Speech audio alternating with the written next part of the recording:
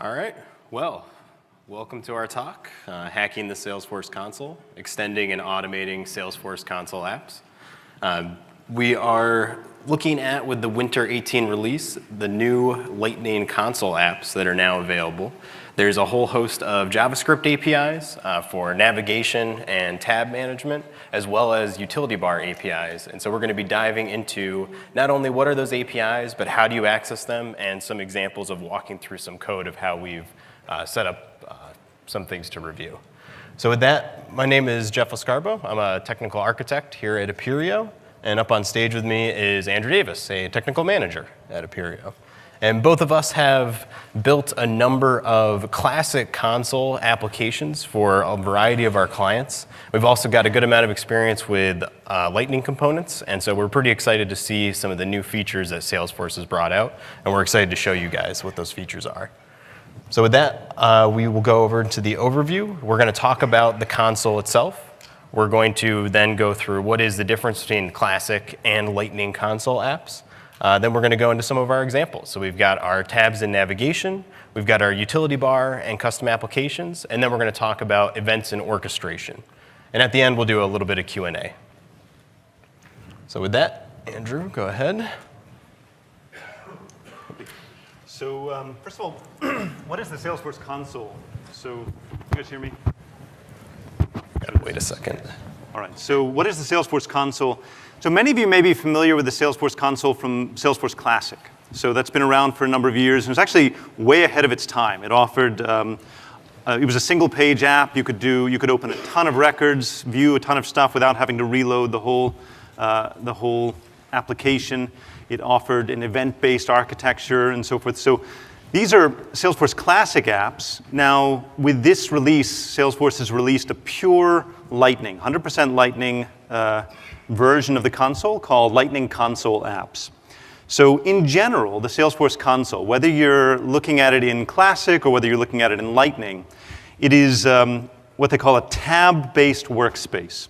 So I'll briefly show you the console itself. This is the console. So you can look at, for example, a view of all of your cases, and you can open up any particular case, and it opens over here in a workspace tab with sub-tabs underneath. You can view the details and so forth. So make sure you're in the right session. If you weren't here to look at the console, then you're in the wrong place. So the Salesforce Console is ideal for folks who have to deal with a ton of data all in one place at one time. So it's especially popular for customer service agents where they're opening a ton of cases and having to move very quickly through all of those cases.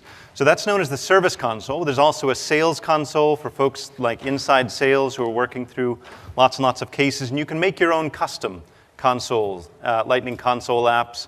And those custom console apps basically include any arrangement of custom objects and showing them in a tab and sub-tab environment.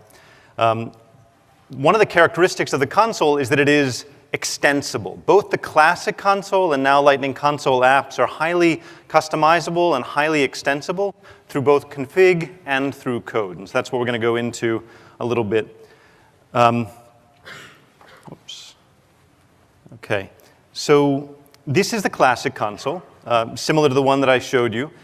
It should look fairly familiar. On the left, you've got a list of cases, and then you've got tabs up top and sub-tabs. And then over on the right, with a Classic console, you have what are known as custom console components.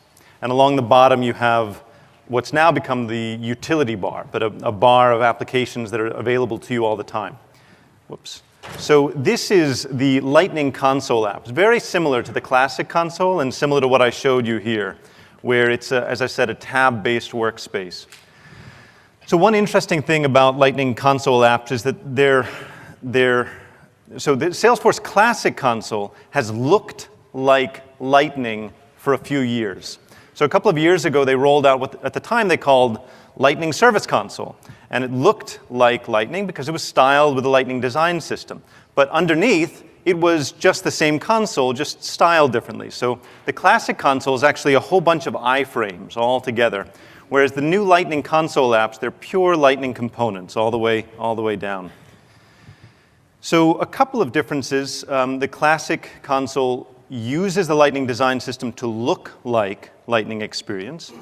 And you configure and build classic apps using the App Manager. So the App Manager is that thing in which you create a new app, and you can customize apps. For example, saying I want accounts to be opening at the top, and I want cases to be subtabs of accounts, and so forth. And you can also code in the classic console using what's known as the Console Integration Toolkit. So there is a document called the Console Developer Guide, Salesforce Console Developer Guide, that covers both the classic console and new Lightning Console apps. So you really only need one bit of documentation to guide you through this, and most everything that Jeff and I will explain today is available to you in that documentation, and this is your sort of guided introduction to that documentation with a few tips thrown in. So the new Lightning Console apps, as I mentioned, 100% pure Lightning. You can configure it, and you can code it. So you configure console apps the same way you would configure any new Salesforce Lightning Experience app. You start with the App Manager to create an app, and then within a particular, you can customize the look and feel of any particular record page, like you want to customize your account record page. So for example, over here, I've got the case detail page, and you can customize this bit with the Lightning App Builder. So App Builder is what you use to customize, which components you see on, you want chatter over here, you want the details tab over here. All of that is customized using the Lightning App Builder. And you can use code as well to customize the Lightning Console apps using what's known as the Salesforce Console JavaScript API and building Lightning components. And so that's what we're going to cover in more detail here. This slide is some summary of what I just mentioned, where on the left, this is what the App Manager looks like. So in App Manager, that's where you define the overall structure of your app, that you want accounts, for example, to be the main object that it's related to, that everything else is related to. And from accounts, you want cases to open as subtabs. So the way this looks is, because I've built in the App Manager that I want cases to open as subtabs of account. So if I just come through, and this is a list of all of my recently viewed cases, if I click any random case, it's going to go ahead and it actually opens up the account as the top Workspace tab, and it opens up the case that I clicked here, 1005, but it opens it up as a subtab. So this is the general behavior of these console apps. Just to make clear. And that behavior is designed through the App Manager. So the App Manager, you define these high-level relationships. As I said, the App Builder is what you use to determine the actual look and feel of, for example, the case record page. So we've defined the case record page so that it has, for example, if I show you this case record page, we've actually dropped some Lightning components right onto this case record page, this path component here, a custom component that will demonstrate for products, the details view. All of this has been dropped onto the case detail page, and that's done using the App Builder. But then if you really need to go beyond what's possible with configuration, then you need to dive into the code. But I'd caution you, any of you who are trigger-happy coders, you really need to look at the config options because what you can do these days with Lightning components is phenomenal. I mean, compared to just editing the page layouts in Classic, you can do a ton of stuff just dragging and dropping elements in the App Builder. So you really need, especially any of you coders, you need to really understand the config options thoroughly before you take the next step into code. Otherwise, code is more challenging, of course, to maintain over the long term. So what I'd like to talk about, we'll look at three main areas that you can code. We'll look at tabs and navigation, and we'll look at the utility bar at the bottom, and then we'll look at events and orchestration. So we've grouped all of you can do a ton of things with coding, custom coding, but we've grouped them all into these three characteristics. So tabs and navigation I'll cover, and then Jeff will cover the utility bar and events and so forth. So when I say you can use code to automate tabs and navigation, what I mean is that you can use the Lightning Console API, you can use custom code to automate a lot of what a user might do by clicking. So if I, as a user, come in here, as you can tell, I can click around. I can click these workspace tabs. I can click sub-tabs, focusing sum. I can close tabs. All of the behavior that I'm doing as a user, I'm basically navigating through these tabs. It's one of the main things that, that's basically the main way that users interact with this. You can expand and make this full screen and show this what's called the navigation area. So all of that you can automate using code. And so a use case of that is, in our case, we had Jeff had in fact had a customer who needed to see products that were related to a case. So products in Salesforce don't have a natural relationship to a case, but you might have a case that belongs to a particular account, and that account happens to have purchased some of your products in the past. And so whereas you can't create just a natural relationship between products and cases using the config, Jeff created a Lightning component that allows you to, for example, click here on one of these products and open it up as a sub-tab. So let's say you wanted to find out a little bit more information about this product that's owned by the customer. Just by clicking here, it opens up a product detail page, and it opens it up specifically as a sub-tab. So that's what I mean by automating navigation. So just like I can click to open a tab, you could perform any number of other automated tasks. For example, automatically focusing a particular tab in response to some event. You could close tabs, you can highlight tabs, make them blink, and so forth. So what I'm going to do is introduce here what is the method for custom coding this tab navigation. And then Jeff will dive into some of the other things you can custom code. So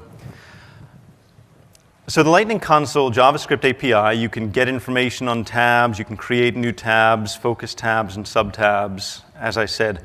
The essence of what you do is you drop one component called Lightning Workspace API onto any other component. And this is basically this is all you have to do to enable any component to communicate with and control the console. So on our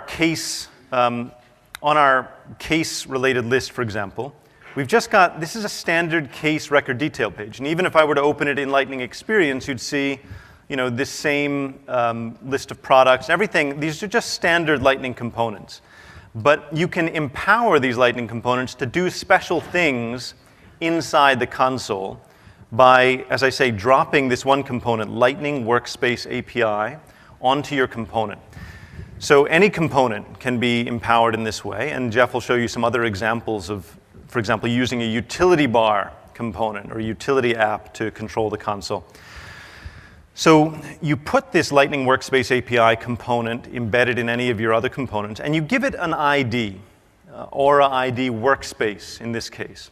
And Workspace basically is just a friendly name by which we can refer to this particular component. If you want to perform some action related to the workspace, then you refer to this workspace component in the controller. So I'm going to show you now some code I'll show you the specific code that's used to enable that product tab opening.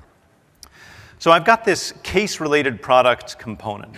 And so this case-related products component is, it's exactly what you're seeing in my window there. We've got a simple table in HTML or XML with a column for product name and a column for purchase date. And you can see over here product name and purchase date. So we're looking at the behind-the-scenes definition of this Lightning component. So we have just a standard component showing a standard table. It's using a controller to pull a list of all related products. And then on those products, it's creating a hyperlink. This A tag is a hyperlink. And it performs a certain action called product clicked. It fires a controller action called product clicked whenever you click on that product. So the only thing that is notable about this component is that we've added this tag, Lightning Workspace API, as I mentioned there.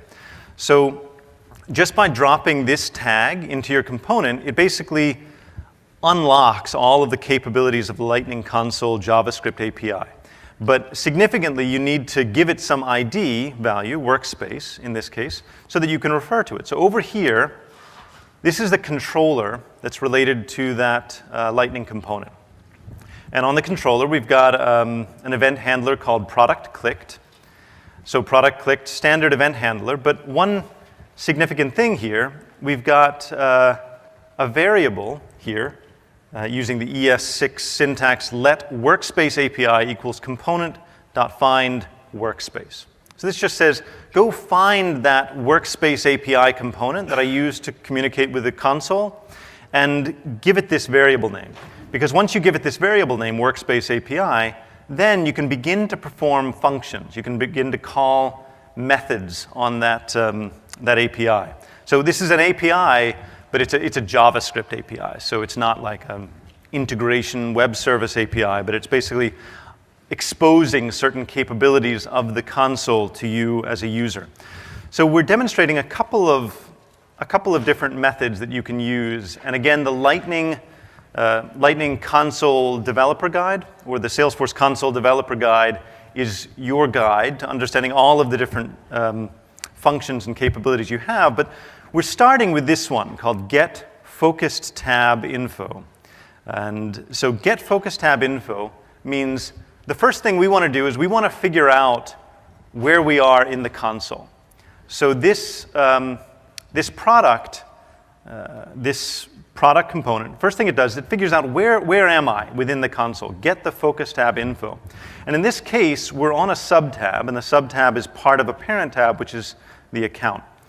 So the first thing we do is we get Focus Tab Info, and then we have this syntax. This is promise notation. If you're familiar with promises in JavaScript, it basically allows you to make a call out of some kind, get some information, and then whenever that comes back, even if it takes a while, you take whatever are the results of that call out and you pass them into this next function. So we take the response of that getFocusTabInfo method, and we pass it into another function. So we've defined we first of all need to figure out what is the parent tab. So we need to get the top level tab first. So if the response is a sub-tab, then the parent tab is going to be the parent of whatever is our current sub-tab. So because we're in a sub-tab, we need to figure out what's the top-level parent. But if we happen to be on a top-level tab, then the parent tab is whichever one we're on right now. That's all this is saying, defining what the parent tab is. And the reason that's important is because we're then going to perform a function called open sub-tab, and we need to specify which is the parent tab that you want that sub-tab to open on. So you want the sub-tab to open. You want the sub-tab to open specifically as part of the account, within the account, and so you specify that in the parent tab. And then we're just giving it a URL, which is pointing to the URL of a product, and we have this parameter that says focus equals true, which just says we not only do we want to open the sub-tab, create the sub-tab, we actually want to direct the users, the focus of the console to that sub-tab, which is what behavior we see here. First of all, it looks up, figures out what's the parent tab, and then it opens a tab, or in this case, it was already open, so it doesn't open it again. So if it's a new one, like this 10 kilowatt thing, it'll open a new tab, but the second time I click it, it just opens the existing one. And that's part of the inbuilt behavior of the console, that it limits the amount of duplication. So if you are opening the same case again or account again, it doesn't infinitely replicate that case, which is obviously important for memory management in your application. So, and that's it. This function, it's chaining together two methods, getFocusTabInfo, and then it's using that information to open a sub-tab. And with that, this is just one example of the tab navigation, but you can, again, close, open, focus, change the appearance, behavior of the tabs, and so forth as much as you want. So that's it from the tab side. So we're going to switch over to Jeff now. That's right, yours under.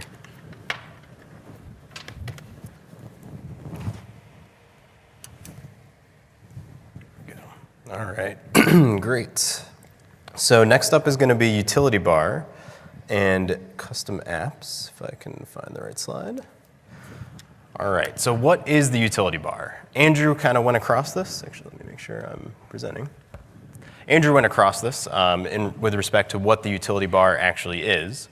So it's along the bottom, and it's these persistent JavaScript Lightning components that exist along with the lifecycle of your Lightning Console app. So really, if you need something to persist across tabs, you don't really necessarily need it to interact with the console itself, but say there's, for example, you have a mortgage calculator and you're trying to figure out, like, what's the best way I can calculate someone's mortgage. You can put in a little JavaScript console application and build that out and put it in a utility. So what the new features allow you to do is interact more robustly with using the utility itself. So you can minimize the utility, you can open it, you can change both the utility label and icon. So you can see down there with the downtime reporter, it's got an icon and a label. There's also a panel icon and label, which is when you expand it out. You can change both of those as well. You can make it modal and you can highlight it. So there's a number of functionality that you can implement in your applications using this. And similar to the Workspace API, there's this Lightning Utility Bar API that you need to add to your component to be able to utilize it utilize these functionality within the utility bar. Oops. So if we hop over to a quick demo, I've got over here, you can see down along the bottom, we've got this downtime reporter.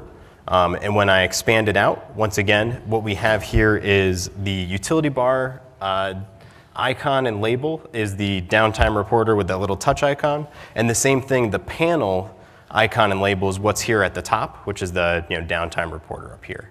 And now if I were to go ahead and submit this, you'll see a number of changes that end up happening. So first thing that happens is the panel icon and label up here changes to a check mark and submitting report. After a certain amount of time, it actually minimizes, and you can see it also changes the utility bar label and icon to report submitted. And then I've got a count that it ultimately changes to at the very end, where in this case I've submitted one, and it changes it back to the original icon with a custom label with a kind of count of the current state. And one last thing I want to show is, when you open it back up and you hit toggle modal, that's another feature that Salesforce provides. Once again, you can communicate across components. So if there was some reason you wanted to pop open this and make it the focus of the user, I can no longer interact with the rest of the console. I have to take an action of some sort to turn off that modal for this utility bar. So if I unclick that and minimize it, I will show you what the code looks like. So here is the component itself. So we've got a key thing here is to put it in the utility bar, you need to implement the flexi page available for all page types. You can see right below that I've got that Lightning Utility Bar API where I pass in an ORID of utility bar. I've got a couple of attributes below that are just handling state and some information. I've got a handler for initialization and then inputs and buttons, and that's the gist of my component in and of itself. If we take a look at what the controller is doing, we've got during initialization, I'm calling this doInit function. Once again, just setting some state to some initial parameters, like things like making sure the modal is set to false, the submission count is reset to 0. Now submit is where the logic gets invoked. So this is where you'll find a very similar call, if you will, that we did with the Workspace API. But in this case, we're doing a component.find with the aura ID we passed in of utility bar. And I've got a variable called utility API that I'm using to interact with it. And so this is where this set panel header icon and set panel header label, once again, there's this distinction of when it's expanded out, you've got the panel header icon and the panel header label. That's where you can set those. Very simple API calls. The majority of these are pretty straightforward. I've got a couple of timeouts that happen just to illustrate some of that other functionality. So you can call it to minimize the utility. And if you are outside of a utility, you can actually provide other parameters to get the utility ID. You can call minimize utility from other utilities if you needed to. In this case, since I'm within my own utility, calling minimize utility just minimizes the utility that you're in. It makes an assumption. Next up, we've got setting the utility label. That's where I set it to report submitted and then a check. And then after 5 seconds, that's where I reset the panel header label. Once again, I set that back to the initial of downtime reporter and then set it back to touch action. I have that state variable for submission count that I increment here, and then I finally change the utility label to total reports submitted, and I set the icon. So overall, very straightforward. Once again, all of these references themselves are documented very well in the documentation for the new JavaScript Console API. Down here is the modal functionality. And really, modal is very similar to the other calls. All you do is you call this toggle modal, and then you pass in a variable for enable modal mode, which is just true or false. And so if it's true, it'll blank out the rest of the API, and that utility will be the one that's presented up in front to the user, and it's modal, and they can no longer interact with anything else.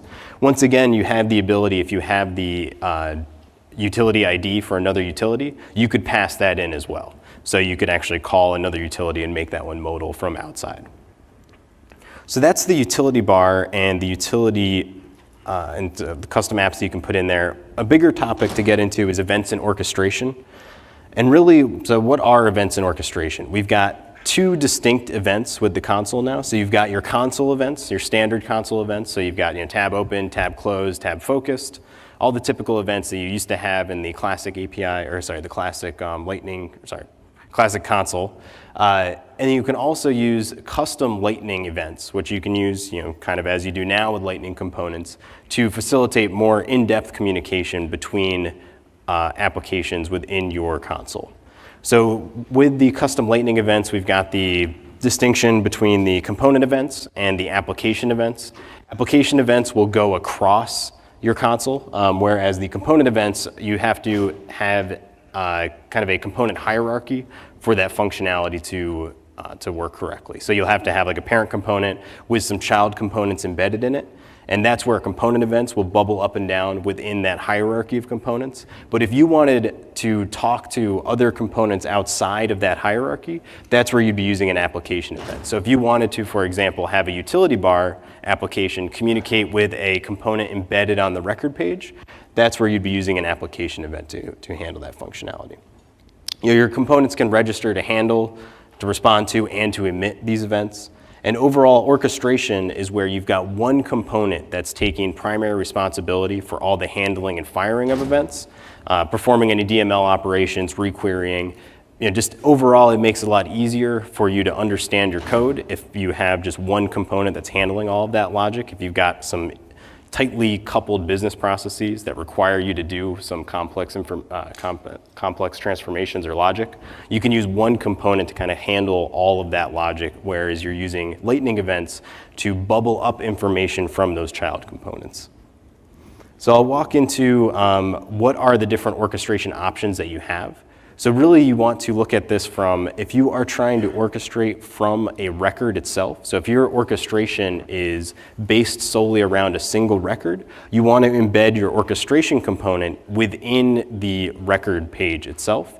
Whereas if you are looking to orchestrate across components, across subtabs, across records, that's where it would make more sense to put it inside of the utility bar.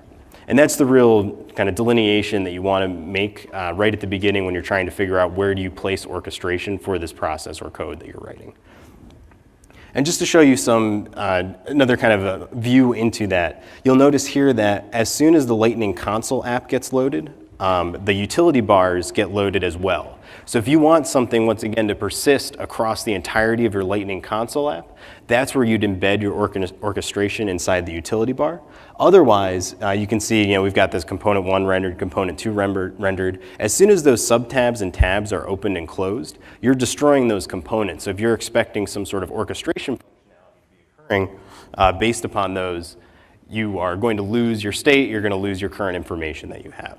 And one other thing to call out is there is a way that you can do lazy loading, if you will, of utility bar apps. And really, it's just a setting on the utility bar itself. And so in that case, they'll only get executed when you first click on the utility bar app. So walking over to the demo. So we've got over here, once again, our page. And so the main orchestration pieces that we've got is going to be around this cross-cell information down here, and then our this case path component that we've created. If I hop over to this record, oops, hold on. There we go. So when I hop over to this record, you'll notice that it highlights down here the cross-sell information. Once again, this is where the tab-focused event gets fired. So I've got some logic that's highlighting that utility bar API as soon as you focused a tab that's on the cross-sell status. And now if we were to go over here and change this status to cross-sell, well, in this case, I want to present the utility bar application right in front of the user. So you can see it highlights it and then also pops it open. And now that it's popped open, I can say, yeah, sure, I've shared some cross-sell options. I'm going to click that. And we'll notice that now that has gone and updated the case to closed, saying, hey, we've walked through the full business process. And so what we're trying to illustrate here is there's ways that you can communicate across these different components using not only the utility bar and custom Lightning events, but also the standard standard console events as well. And so if we take a look at the code, taking a look at the case path, we've got a handler you can see here for an event called cross-sell complete with a controller function called cross-sell complete. We've got an initialization handler. And then we're also registering for an event. And then once again, register event means that you can emit those types of events. And that event that we're registering for is called open cross-sell. So you can imagine that's what we're using to communicate with that cross-sell utility. We've got some attributes that hold state information, and then we're also using Lightning Data Service to actually do the updates on the record. This is a really powerful feature. If you haven't had a chance to look at it yet, it's really cool, and it's a really neat thing to look into if you're not using it currently in your components. And then everything below that's kind of UI markup. And so if we take a look at some of this functionality, initialization, once again, just setting some initial state. This key one here, this handle record data or record updated, this one is going to get invoked when a record gets updated. It's part of the Lightning Data Service. A lot of the information here is just making sure that that case path component across the top looks correct. But the key piece is we've got this if current status is equal to cross-sell, then we call this helper open cross-sell utility. And so what that means is if the case status changes to cross-sell, we'll fall into this condition. And if I take a look at the helper, pretty basic, but all we're doing is we're emitting this application event of open cross-sell utility. And you can see this open event.fire. And now I'm going to hop over to the cross-sell component. So we can see here we've got a handler for that open cross-sell utility with an action on it. And we've got a handler for Lightning tab focused. So once again, this is using the out-of-the-box events, the standard events that you have. So in this case, it was when we were flipping back and forth, and you saw when the tab was focused, it highlighted the utility. And then we've got that registering to emit an event called cross-sell complete. And if we look at the tab focused, we're using the Workspace API to, once again, this is a utility bar application, so it doesn't know specifically which record it should be referencing at this point in time. So what we're doing is we're getting the focus tab, and then we're reloading that record using Lightning Data Service to get the most up-to-date information. And that's where this handle record updated comes into play. And once again, the important piece here is just we've got this is where we're setting the utility bar to highlighted, and then after 10 seconds, we unhighlight it. And then if the status isn't equal to cross-sell, then we immediately unhighlight it in case you're flipping back and forth between tabs. We've got our open cross-sell utility, which once again, this is what gets, this is the listener for that event that's firing from the case path component. So that's emitting this open cross-sell utility event, and this is the listener that gets executed. Oh.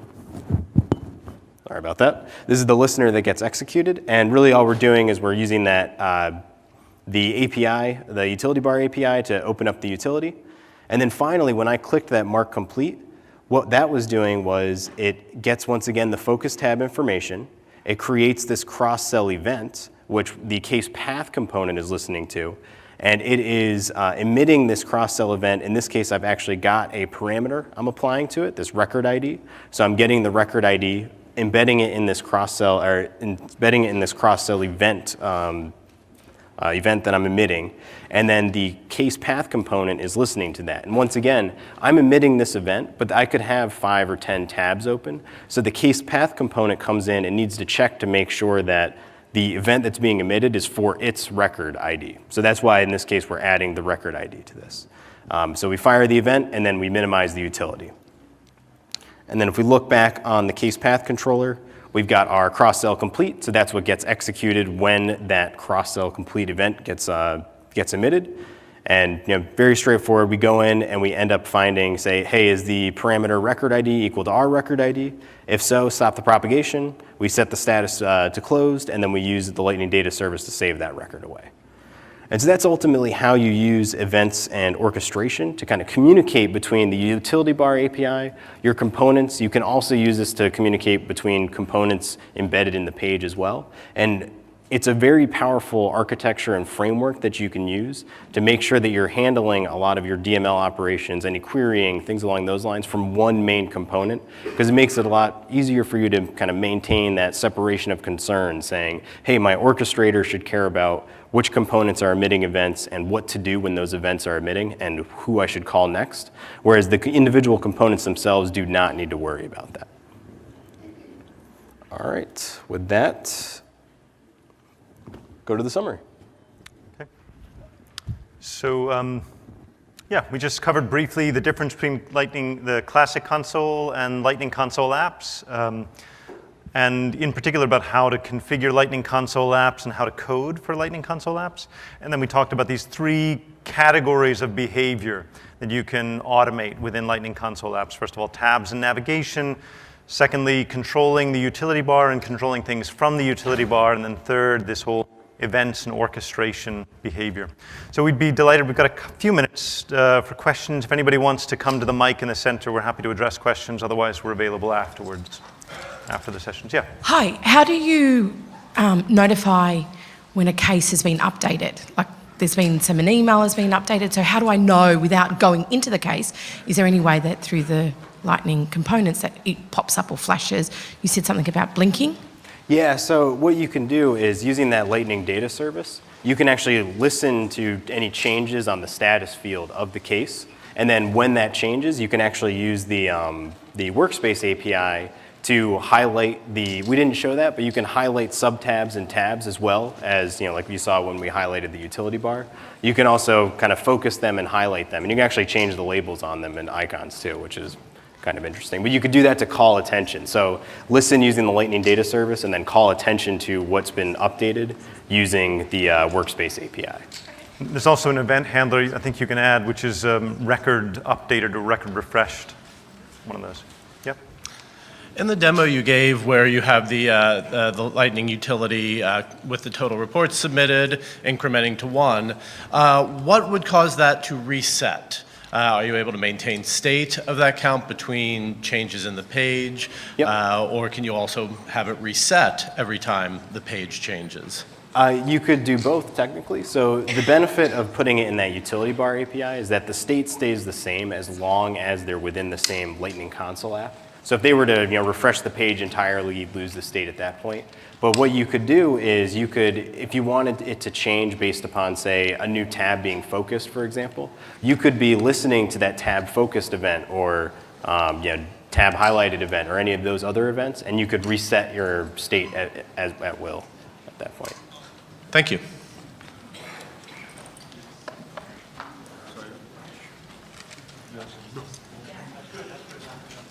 Earlier on, you mentioned that the links, the console, the case-related product link, could be, it's on a standard component. What's the behavior if that standard component is not in a console?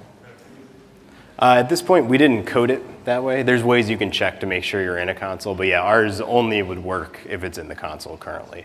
Correct. Okay, but what you could do is you could check to see if you are in a console and then have different logic get executed. Great. Okay, cool. Thank you. Hi. So in the old console, there were the integration and interaction JavaScripts that I guess serve the same purpose to control the console. What is the how the new API has the support of the old functions from the old JavaScripts? Is it like one-to-one, or there are some functions missing? I think there's still some missing at this point. Right. I'm not sure if it has everything, but I haven't done a deep review. But I would say since it's brand new, there's probably going to be some cases that you probably are missing some functionality. All right. Thanks. Within the console developer guide, there is actually a chart of like how the old functionality maps to the new functionality. There's slight different syntax. There's a few things that aren't supported. So for example, omnichannel is now in beta, and I think live agent is not yet supported, but most of the other behaviors are either directly supported or you can make them work through a combination of a couple of And commands. where can I find that? Where can you find that? Yes. It's the Salesforce Console Developer Guide. Is the Salesforce Console full? All right. It's just Awesome. search. Awesome. Thank you very much. Hi. Our company's pretty heavily integrated into the console right now. So have you worked with migrating anything into this version of this? I mean, it seems like it would be a good intermediary step. So Yeah, so the migration, you would have to custom code. I think one of the main things is that with the classic console, everything's based on Visualforce and maybe Canvas apps and so forth. So the first migration would be you'd have to migrate a lot of stuff over to Lightning components, and then you'd have to, so some bits would be easier, but depending on how much custom code you have in Visualforce, that's going to be where the heavy lifting would be. I figured. Thank you. We're out of time, but we're happy to take your question outside. We'll be just outside here.